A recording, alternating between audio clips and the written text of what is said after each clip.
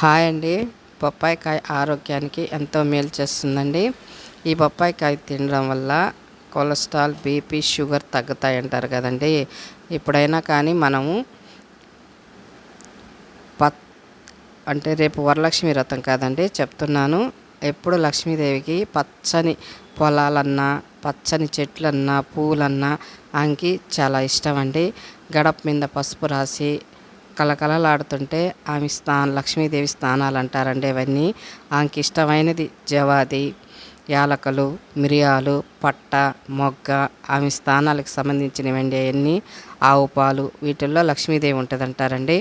ఇప్పుడు ఉదయాన్నే మనం వరలక్ష్మి వ్రతం రోజు ఉదయాన్నే స్నానం చేసి తలకి పోసుకొని పూలు పెట్టుకొని కాళ్ళకి పసుపు రాసుకొని ఇళ్ళన్నీ తుడుచుకొని తర్వాత అమ్మవారికి ఆహ్వానం చేయాలండి. ఇంటికి ముందు మామిడి తోరణాలు కట్టాలి. చాలామంది తమలపాకులు కడుతున్నారండి. తమలపాకులు కాదు, గురువు అనుగ్రహం కోసం మామిడాకులు మాత్రమే కట్టాలండి. ఎక్కడ మామిడి చెట్టు ఉంటుందో అక్కడ గురువు అనుగ్రహం కలగద్దంటారండి.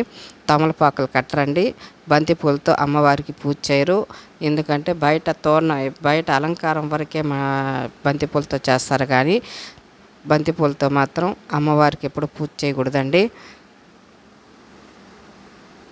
లక్ష్మీదేవికి ఆవు పేడతో తెచ్చి అలుక్కొని పద్మం ముగ్గేసి అక్కడ పీటేసి ఆ పీట మీద ఒక వస్త్రాన్ని పరిచి దాని మీద కొంచెం పసుపు, కుంకుమ, గంధం వేసి దాని మీద ఆ పీట మీద అదే గ్రీన్ జాకెట్ ఒకటి వేస్తాం కదండి, పచ్చని జాకెట్, ఆ జాకెట్ మీద బియ్యం పోసి ఆ వస్త్రం మీద లక్ష్మీదేవిని ఆహ్వానం చేయాలండి.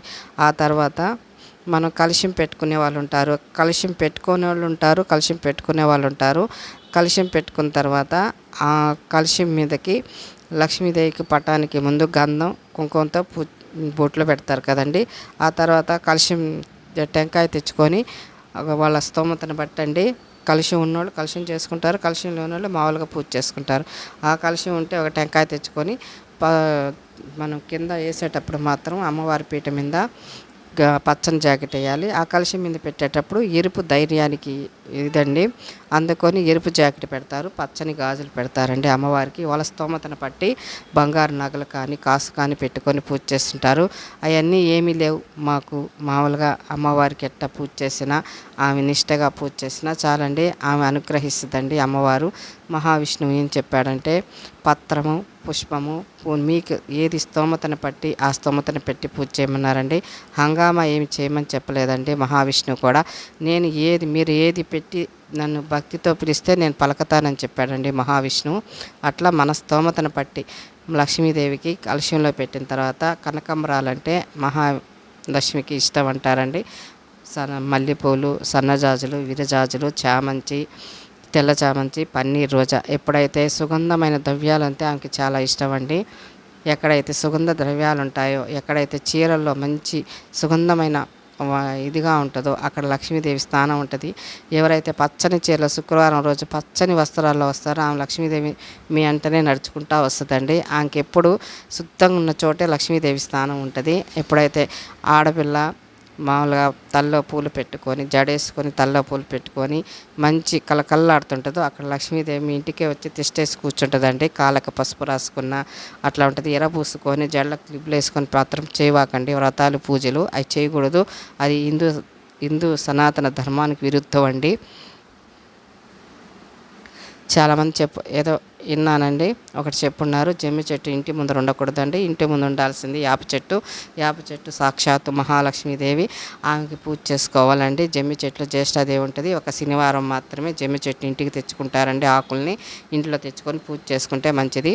పాండవులు కౌరవులకి యుద్ధం జరిగినప్పుడు నవరాత్రుల్లో పాండవులు పూజ చేసినప్పుడు ఆ 9 రోజులు పూజ చేసిన తర్వాత విజయదశమి రోజు ఆయుధాలను తీసుకుపోయి జమ్మి చెట్టు మీద పెట్టుకుంటే అక్కడి నుంచి వాళ్ళకి విజయం వరిస్తుందని చెప్తారండి. ఆ ఆకులు విజయదశమి రోజు పూజ చేసిన ఇంటికి తెచ్చుకున్న ఆయా లక్ష్మీదేవి వరిస్తుంది అంటారండి.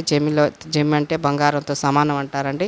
ఎప్పుడంటే విజయదశమి రోజు ఒక్కరోజేనండి. మిగతా రోజులన్నీ మనం గుడికి వెళ్ళే తిరగాలండి జమ్మి చెట్టుకి.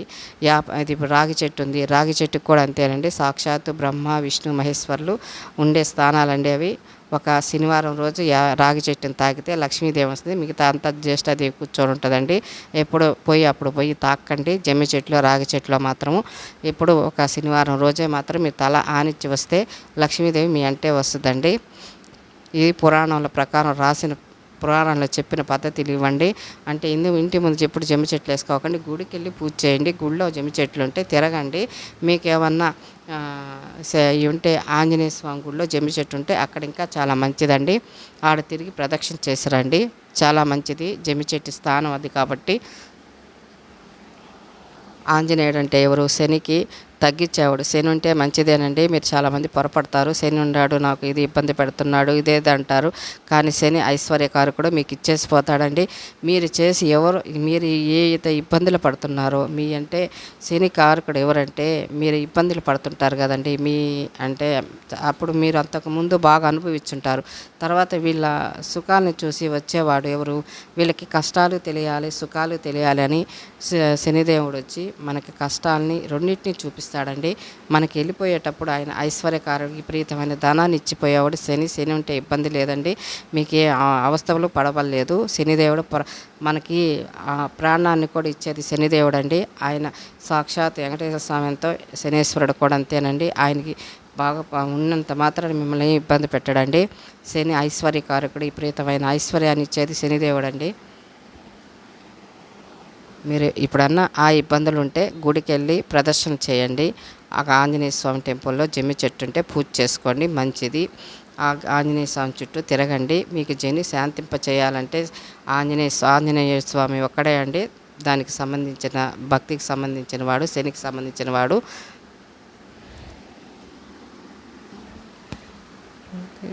మీ స్తోమతను బట్టి ఆవు పాలు పెట్టి పూజ చేసుకోండి లక్ష్మీదేవికి. ఈ పూలన్నీ పెట్టి పూజ చేయండి, మంచిది. అమ్మవారి అనుగ్రహం మీకు ఉంటుంది. ఇప్పుడు బ్రాహ్మణులకి వాయిదానాలు ఇవ్వండి. అవతల ముత్తైదులకి తాంబూలం ఇవ్వండి. బ్రాహ్మణులకి మీకు తోచిన ధనం మీకు తోచింది ఎంతో ఇవ్వండి. చాలా మంచిదండి. ఈ శ్రావణ మాసంలో బ్రాహ్మణులకి ఇస్తే ఆమె వరాన్ని ఇచ్చిందండి లక్ష్మీదేవి. ఆమె పాపం వాళ్ళకి శాపం ఇస్తుంది, వరాన్ని ఇచ్చింది. ఎవరైతే నా పూజలు మీకు చేసినప్పుడు మీకు దానాలుగా ఇవ్వండి అని చెప్పిందండి. ఆ దానం ఇస్తేనే మీరు తీసుకోమని చెప్పింది, వరాన్ని ఇచ్చిందండి బ్రాహ్మణులకి. అదే చెప్తున్నాను. మనం పూజ చేసేటప్పుడల్లా వాళ్ళకి మనకి అంటే ఎంత ఉంటుందో ఎంత ఏమని నేను చెప్పట్లేదండి. వాళ్ళకి ఎంత మీ స్తోమతను బట్టి ఇవ్వండి. లక్ష్మీదేవి అనుగ్రహానికి మీరు ప్రార్థనలు అవుతారండి. చెప్తున్నాను, అనుగ్రహం కలగద్ది. లక్ష్మీదేవి ఇప్పుడైతే బ్రాహ్మణ ప్రీతండి. ఆమె మహావిష్ణువు కూడా బ్రాహ్మణ ప్రీతి అంటారు. ఆయన కూడా మీకు అనుగ్రహం కలగద్దండి. బ్రాహ్మణులకు ఇప్పుడైతే వాయిదానాలు ఇస్తుంటారో మీకు లక్ష్మీదేవి వస్తూనే ఉంటుందండి. ఇది సత్యం అండి. ఇది పురాణాల్లో చెప్పబడింది. నచ్చితే ఇక్కడ వరలక్ష్మి వ్రతం ఎక్కడైనా చేసుకోవచ్చండి. ఇంట్లో చేసుకోవచ్చు, గుళ్ళో చేసుకోవచ్చు, ఎక్కడైనా మనం చేసుకోవచ్చండి. ఆమె పటం పెట్టి అన్ని హంగులతో చేయాలని అవసరం లేదండి. ఆమెకి ఒక ఆవు పాలు మన స్తోమత ఏదో ఒక ఆవు పాలతోనో పూలతోనో పూజ చేసినా మనల్ని కరుణిస్తుందండి. ఒక టెంకాయ కొట్టుకున్న ఆ వ్రతాన్ని చాలండి.